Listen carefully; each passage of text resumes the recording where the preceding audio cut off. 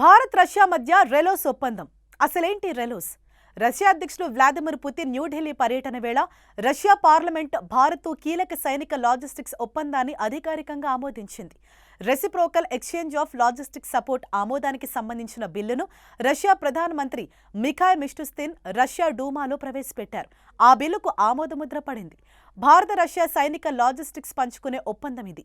దీన్ని ఇరు దేశాల భాగస్వామ్యానికి బలమైన సూచన అని స్పీకర్ వ్యాచెస్లావ్ వోలోడిన్ పేర్కొన్నారు. భారత్ రష్యా మధ్య ఉన్న బంధాన్ని సమగ్ర వ్యూహాత్మక సంబంధంగా పేర్కొన్నారు. ఈ ఒప్పందాన్ని ఆమోదించడం మరొక ముందస్తు అడుగుగా అభివర్ణించారు. రెలోస్ ఒప్పందం ప్రకారం సైనిక విమానాలు, నౌకలు, ఇతర యూనిట్లను ఇరు దేశాలు వాడుకునే సౌకర్యం కలుగుతుంది. సంయుక్త ఎక్సర్సైజులు, శిక్షణ కార్యక్రమాలు, మానవతా సహాయం, విపత్తు సహాయక కార్యక్రమాలకు ఇది వర్తిస్తుంది. ఇరు దేశాల ప్రభుత్వాలు ఏ ప్రదేశంలో కార్యకలాపాలు నిర్వహించాలనుకుంటే ఆ ప్రదేశంలో ఈ ఏర్పాట్లు అమలవుతాయి. పుతిన్ పర్యటనలో ప్రధానమంత్రి నరేంద్ర మోదీతో 23వ వార్షిక ద్వైపాక్షిక సదస్సు ఉంటుంది. రక్షణ, వాణిజ్య రంగాల్లో ముఖ్య నిర్ణయాలు తీసుకోనున్నారు. S-400 క్షిపణి వ్యవస్థ అంశంపై కూడా మోదీ పుతిన్ భేటీలో చర్చించవచ్చని క్రెమ్లిన్ ప్రతినిధి దిమిత్రీ పెస్కోవ్ తెలిపారు. Sukhoi 57 5th generation fighter jet గురించి చర్చ జరగొచ్చని చెప్పారు.